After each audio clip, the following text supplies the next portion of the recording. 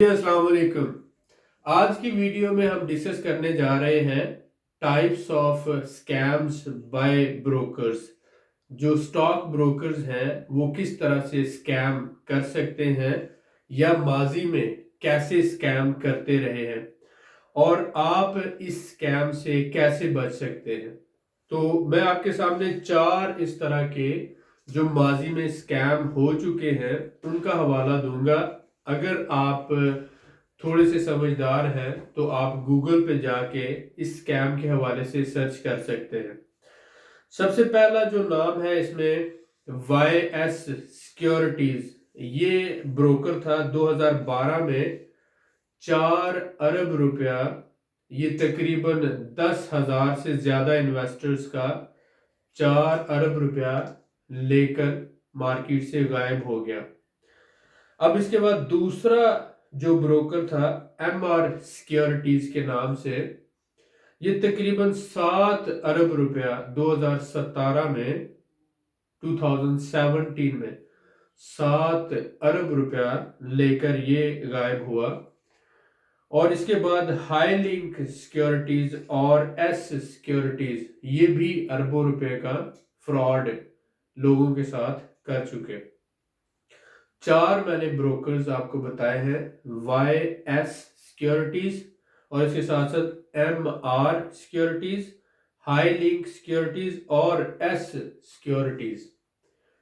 इनके स्कैम करने का तरीकाकार क्या था कि ये मुख्तलिफ इन्वेस्टर्स को कहते थे कि आप हमारे साथ इन्वेस्टमेंट करें, आप हमें पैसा दें और आप जो हमारे साथ इन्वेस्टमेंट कर रहे हैं उससे हम शेयर खरीदेंगे और आपको जो है सालाना अच्छा मुनाफा मिलेगा। और उसके साथ साथ महाना जो है आपको तकरीबन मिनिमम बात करते थे 13% से लेकर 18 या 20% तक, मोस्टली 20% तक की ऑफर देते थे स्टॉक ब्रोकर्स। तो इस तरह से ये लोगों से पैसा लेकर ब्रोकर्स खुद उस पैसे को इन्वेस्ट करते थे। क्योंकि इनमें से ज्यादातर जो ब्रोकर्स ऐसे थे कि वो अपने पैसे से ऑलरेडी ट्रेड नहीं कर रहे थे, उन्होंने लोगों से पैसा लिया और उसे इन्वेस्टमेंट किया और उसे फर्दर दूसरे ब्रोकर्स के साथ और दूसरी कंपनीज में इन्वेस्ट किया। तो आपको पता है हर 2 साल बाद 3 साल बाद मार्केट में अप एंड डाउन आता है।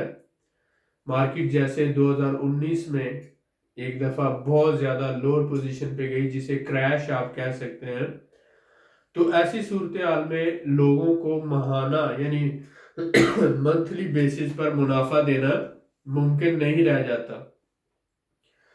तो अगर आपने किसी के साथ कमिटमेंट की हो कि मैं आपको मंथली 20% मुनाफा दूंगा, लेकिन आपने जो शेयर खरीदे हैं वो बहुत नीचे जा चुके हैं और अरबों रुपया लोगों का लेकर आपने इन्वेस्ट कर दिया हुआ है, तो ऐसी सूरत में आप अपनी जेब से तो मुनाफा दे नहीं सकते।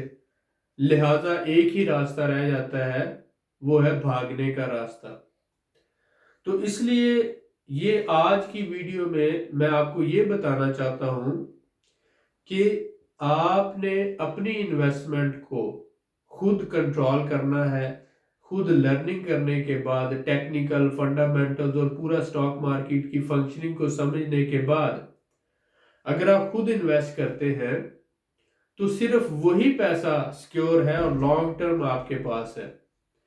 अगर आप किसी भी दूसरे बंदे को पैसा दे देते हैं, वो आपके बिहाफ पे इन्वेस्ट करता है और वो कहता है कि वो मंथली बेसिस पर आपको मुनाफा देगा 20%, 18% या 25%। तो क्योंकि स्टॉक मार्केट जो है इसकी मूवमेंट ऐसे नहीं होती, इसकी मूवमेंट होती है ऐसे ऊपर फिर नीचे, फिर ऊपर और फिर नीचे।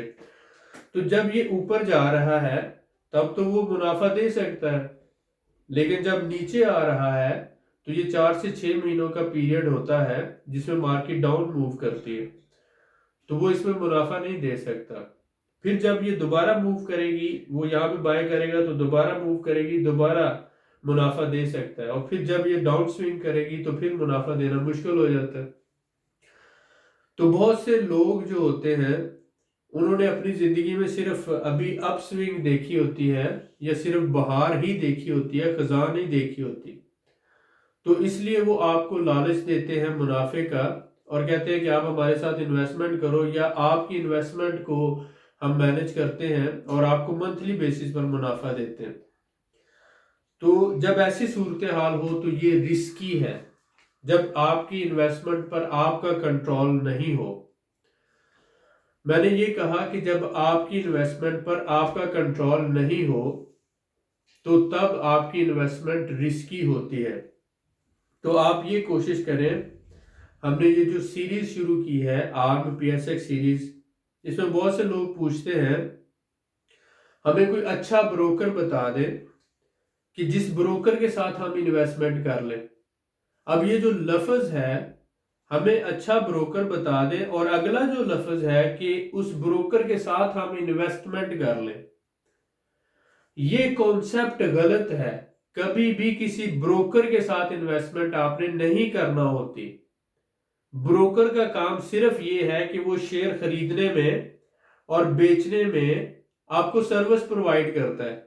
जैसे गाड़ी का मैकेनिक गाड़ी ठीक करने में आपको सर्विस प्रोवाइड करता है, जैसे बैंक आपको जो है सर्विस प्रोवाइड करता है, इसी तरह से कोई भी जो सर्विस प्रोवाइडर है वो अपनी कमीशन लेकर आपको सर्विस प्रोवाइड कर रहा है। अगर आप ब्रोकर के साथ इन्वेस्टमेंट करते हैं तो यहां पर आप गलती कर रहे होते हैं।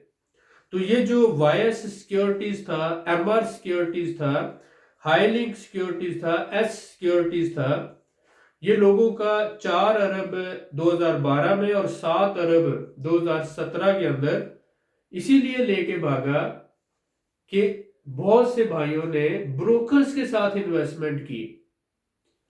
कभी भी जिंदगी में ब्रोकर के साथ इन्वेस्टमेंट ना करें। आपने इन्वेस्टमेंट करनी है, आपका बहुत कीमती टाइम है। आपने स्कूल गए थे, आपने 1 साल पढ़ा, 2 साल पढ़ा, 5 साल में आप सिर्फ प्राइमरी पढ़ सके, 8 साल में सिर्फ मिडिल पढ़े आप, और उसके बाद 10 साल में सिर्फ मैट्रिक किया आपने, सिर्फ मैट्रिक। 12 साल में आपने FA वगैरह किया, 16 साल आपने पढ़ा, और 16 साल पढ़ने के बाद आप 20,000, 30,000, 25,000, 40,000 रुपए की नौकरी कर रहे हैं 16 साल पढ़ने के बाद, और फिर आप 10 साल नौकरी करते हैं और फिर जाके 5 लाख 10 लाख बचाते हैं। तो वो जो 5-10 लाख आपके पास सेविंग है, क्या आप अपना कीमती टाइम का सिर्फ 5-6 महीने लगाकर पूरा अच्छे तरीके से मार्केट को समझकर ये इन्वेस्टमेंट करें तो ये फायदेमंद बात नहीं है। 1 साल आप एक जमात को देते रहे, एक क्लास को देते रहे, तो मैं आपसे सिर्फ 6 महीने की बात कर रहा हूं। आप सिर्फ 6 महीने दें जिससे आप अपनी फाइनेंशियल लाइफ को मैनेज कर सकें। 16 साल की पढ़ाई एक तरफ है, और अगर आपने मिडिल मैट्रिक या FA वगैरह किया हुआ है तो 6 महीने की पढ़ाई सीखना समझना आपको इस काबिल बना देगा कि आप आगे सारी जिंदगी इन्वेस्टमेंट करके पैसा कमाते रहेंगे। तो मेरी इस बात को समझने की कोशिश करें। आपके लिए ये जो हमने एक सिलसिला शुरू किया है, इससे अगर मुमकिन है तो फायदा उठा लें। मैं ये समझता हूं कि वो बदकिस्मत लोग हैं जिन लोगों को इतनी सस्ती, इतनी बेहतरीन और इतनी अच्छी एजुकेशन मिल रही हो और वो उससे फायदा ना उठा रहे हो। मैं आपसे यही रिक्वेस्ट करूंगा कि आप किसी भी ब्रोकर के साथ इन्वेस्टमेंट ना करें। अगर आप इन्वेस्टमेंट करने का इरादा रखते हैं तो पहले इन्वेस्टमेंट को सीखें, समझें, और उसके बाद खुद अपनी इन्वेस्टमेंट को मैनेज करें। हम आपको सिखा रहे हैं स्टॉक मार्केट में टेक्निकल एनालिसिस करना, फंडामेंटल एनालिसिस करना। आपको बता रहे हैं हम कि किस तरह से अंडर वैल्यू शेयर्स ढूंढे जाते हैं। 50 कंपनी में से 30 कंपनी कैसे फिल्टर की जा सकती है, उन 30 में से आगे जो 2 या 3 कंपनी कैसे फिल्टर कर सकते हैं। 650 कंपनी में से आप 20-30 कंपनी कैसे फिल्टर कर सकते हैं। और उसके बाद आप डिविडेंड इन्वेस्टमेंट कैसे कर सकते हैं, स्विंग ट्रेड कैसे करेंगे, लॉन्ग टर्म इन्वेस्टमेंट कैसे कर सकते हैं, शॉर्ट टर्म इन्वेस्टमेंट कैसे कर सकते हैं। ये सारी चीजें बहुत ही आसान जबान में हम आपको समझा रहे हैं। तो अगर आप अपना कीमती टाइम जो है, मैं ये कहता हूँ कीमती टाइम, इसको खबरें पढ़ने में, ड्रामे देखने में, मूवीज देखने में जाया ना करें और हमें 1 घंटा रोजाना दे दिया करें, हमारी बोरिंग वीडियोस देख लिया करें, थोड़ी थोड़ी करके, जो ना समझे उसे दोबारा देख लिया करें, तो आपकी जिंदगी बदल सकती है। मुझे पता है मेरी वीडियोस बोरिंग होती हैं, बहुत मुश्किल होती हैं, और यकीन करें मैं अपनी वीडियो नहीं देख सकता, इतना सब्र नहीं होता मेरे पास, बहुत मुश्किल होता है। लेकिन ये एक लर्निंग है, एक लेक्चर है। मैं अगर शॉर्ट 5 मिनट की वीडियो बना देता हूँ तो ना मैं बात कर सकता हूँ, ना आपको समझ आएगी, तो मेरे उस वीडियो बनाने का फायदा क्या होगा। मैं जो आपको डिलीवर करना चाहता हूँ, वो जो नॉलेज आपको देना चाहता हूँ, मैं ये चाहता हूँ कि आप में से हर एवरेज बंदे को मेरी बात समझ आ जाए। हो सकता है कि आप बहुत शार्प माइंडेड हो, आपको जल्दी समझ आ जाए, लेकिन मैं ये आपसे रिक्वेस्ट करूंगा कि कभी भी किसी स्टॉक ब्रोकर के साथ इन्वेस्टमेंट ना करें, खुद लर्निंग करें, और उसके बाद जो है आप अपनी इन्वेस्टमेंट को खुद मैनेज करें।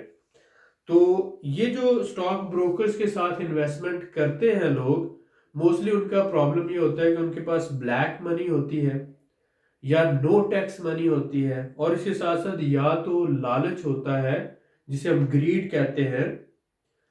बगैर सीखे, बगैर कोशिश किए, लालच के तहत वो सिर्फ पैसा कमाना चाहते हैं, सीखना नहीं चाहते, ना ही कोशिश करना चाहते हैं। उनका मकसद है कि मैं पैसा लगाऊं और बदले में सिर्फ पैसा कमा लूं। और इसके साथ साथ आप ये देखें, होता क्या है कि आप पैसा कमाना चाहते हैं, बदले में आपके पास जो पैसा होता है वो भी डूब जाता है। वो तो पैसा कमाने गया था, लेकिन जो आपने पैसा कमाने के लिए इन्वेस्ट किया वो भी डूब जाता है और आप ज्यादा मुश्किल में फंस जाते हैं। तो अमीर होने की बजाय उल्टा गरीब हो जाते हैं, तो बाद में कोसते हैं कि मैंने ऐसा क्यों किया।